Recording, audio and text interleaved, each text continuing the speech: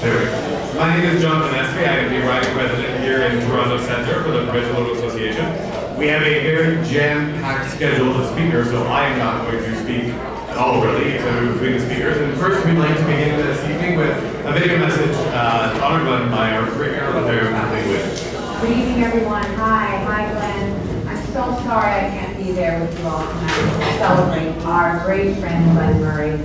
Now, I'm not saying goodbye, Glenn, okay? But this is a send-off. It's a bittersweet send-off. Most of you in the room know Glen, so you know, as I do, that he's guided by passion to make the world a better, more equal place. That is what drives him. And it drives him through his entire life's work. From his work in the 1980s when he fought to entrench sexual orientation in Manitoba's Human Rights Code, to helping launch the first community treatment and care center in Canada for people living with HIV/AIDS, all the way to becoming a founding member of the Canadian AIDS Society. Glen is a true trailblazer, and he always leads by example. As Winnipeg's first out gay councillor and our country's first openly gay mayor, Gay Glen, he shows people they can live and love and serve as their true selves. So Glen has called Ontario home since the early 2000s, and he's made a huge difference in this province.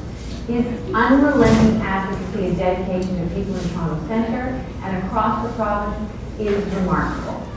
I'm confident that this commitment to community will continue to be unwavering as he takes these next steps in his career.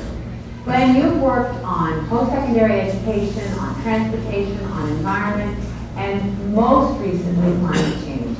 And on every one of those files, you've made a positive difference for millions of Ontarians virtually.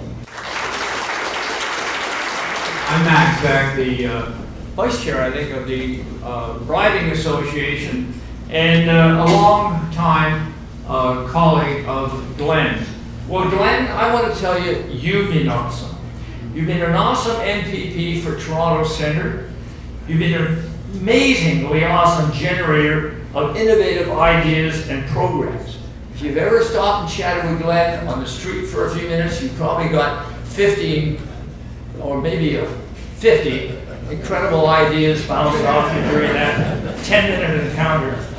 But first and foremost, Glen, you've been an awesome friend and supporter to each and every constituent in Toronto Centre. Thank you, Glen.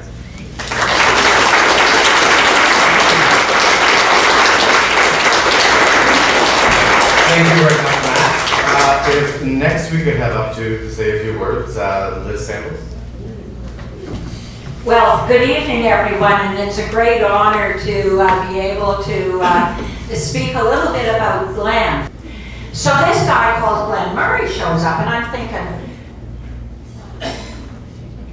Mayor of Winnipeg. He was the Paul Martin's appointee for the chair of the Environment and Economy Roundtable.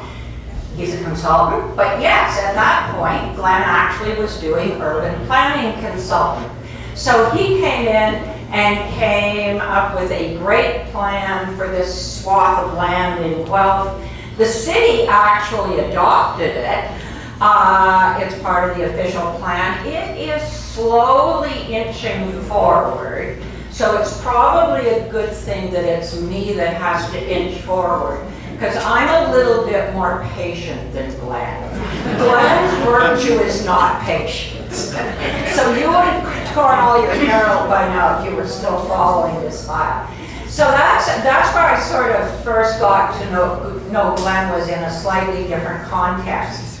But when I became Minister of Education, now, not everybody knows that the new sex ed curriculum actually started out as Safe Schools, which I actually chaired. Everybody thinks it just sort of dropped from heaven. But one of the things that Kathleen said to me when she first appointed me as Minister of Education was, now Liz, you have to get the sex ed curriculum implemented this time. Don't back down. Glen was a great ally when we were talking about issues of homophobia. I've quoted Glen on issues of homophobia in sort of odd places all over the province. but Glen was a super ally. Now, Glen said I was a great spokesperson for the sex ed curriculum because I was the only person that he knew that could make sex so boring that it was the only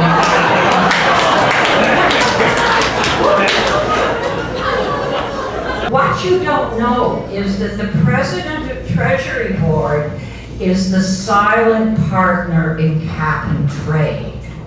You all think it's just Glen. And to be perfectly honest, the vision and the passion and the determination and the negotiation, actually all of that is Glen. I cannot tell a lie. But he had control over policy. And then there was the president of Treasury Board who had the control over the actual money.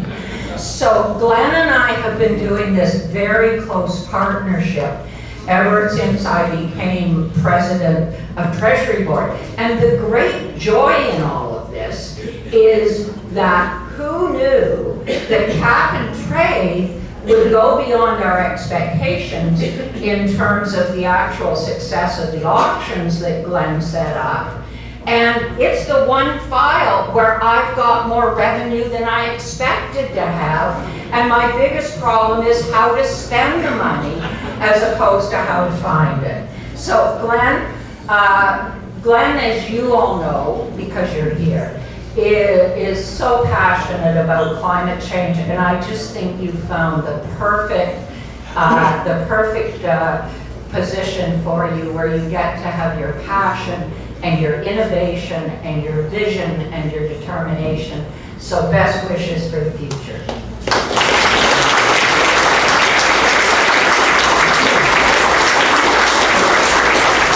Thank you very much, Liz. Next up, if we could have the Honorable Bob Ray.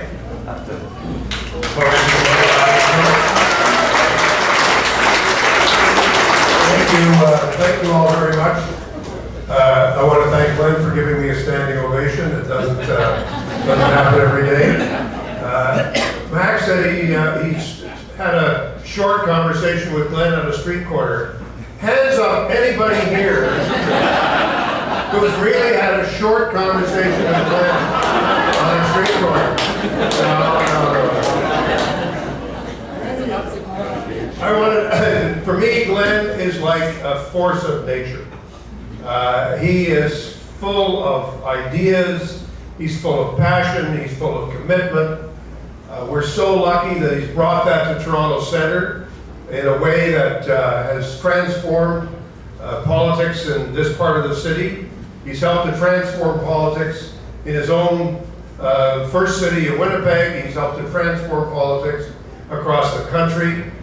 And I think in many, many ways, Glen is now able to do a job that reflects all of the interests and all of the passions that he's had for so many years. He is probably, not probably, I think he is, the most creative mind working in politics anywhere in the country today. He's just bubbling with concepts, ideas, about democracy, about community engagement, about global warming, about broader climate change, and how do we change politics locally to deal with the extent of the problem and the extent of the issue.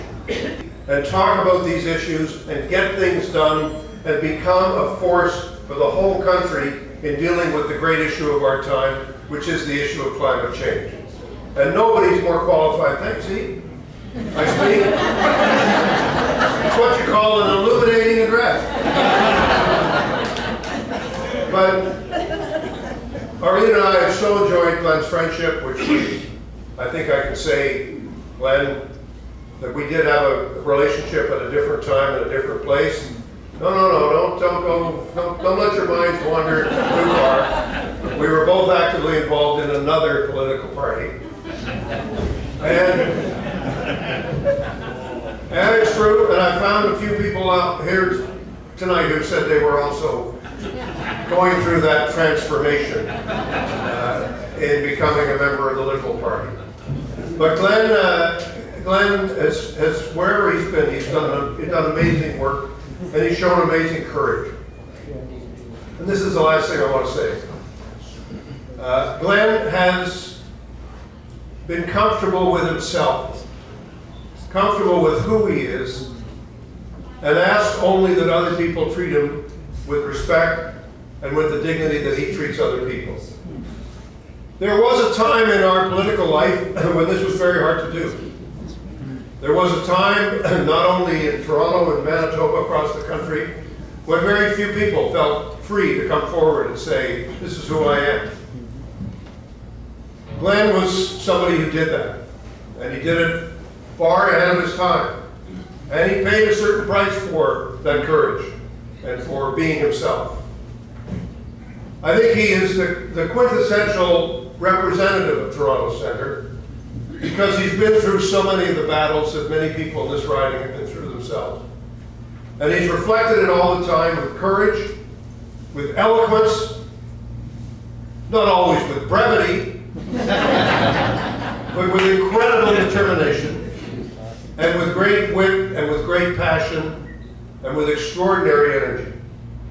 And so we wish him well as he continues his journey. We hope that his journey doesn't take him too far from us and too far from Toronto Centre. And I certainly hope that it doesn't take him too far from the political realm, because speaking personally, there was a time in my life when I said I'm leaving politics. And some of you will recall that miraculously, 10 years later, there was a re-emergence. Who knows, it may happen again. You never know these things, you never know what can happen. But I don't think Glen should give up on the political dream at all. I think he should go and do what he wants to do, but always bear in mind that whatever he does, there's going to be a great deal of public service involved and a great deal of public commitment. And then Arlene and I just want to wish him the very best as he carries on with this great journey that he started so many years ago. Thank you all very much. So I'm Mark Day, I'm the Deputy Leader of the Green Party of Ontario, and thank you, it's an honor to be here tonight, Glen. I first met Glen 6 years ago during the 2011 provincial election. I have to admit, I was pretty intimidating being Glen's opponent, Glen being the candidate of the great and powerful Liberal Party. And Glen was an experienced politician, as we know, former Mayor of Winnipeg. And at the time the election was called, Glen was, I believe, the Minister of Colleges and Universities, if my memory serves. I, on the other hand, was an unproven candidate. My political experience consisted of writing strongly worded letters to newspaper editors, politicians, and the like, or debating the issues with my friends and my family, and that sort of thing. Going into the election was particularly stressful for me, and generally a pretty nerve-wracking, anxiety-inducing experience. And I was expecting Glen to be pompous and condescending, or at the very least dismissive. And I couldn't have been more wrong. He was anything but. Glen was gracious and respectful to me. And by the time the election was over, I had learned more than I ever could imagine that I would, just by being at the table debating the issues of the day with Glen and the other candidates. Since that time, I've been fortunate to have the opportunity to get to know Glen on a more personal level. And Glen, you're someone I deeply respect, admire, and consider a friend. From the great American humorist Mark Twain, who said, "Keep away from people who try to belittle your ambitions. Small people always do that, but really great ones make you feel that you too can become great." Thank you.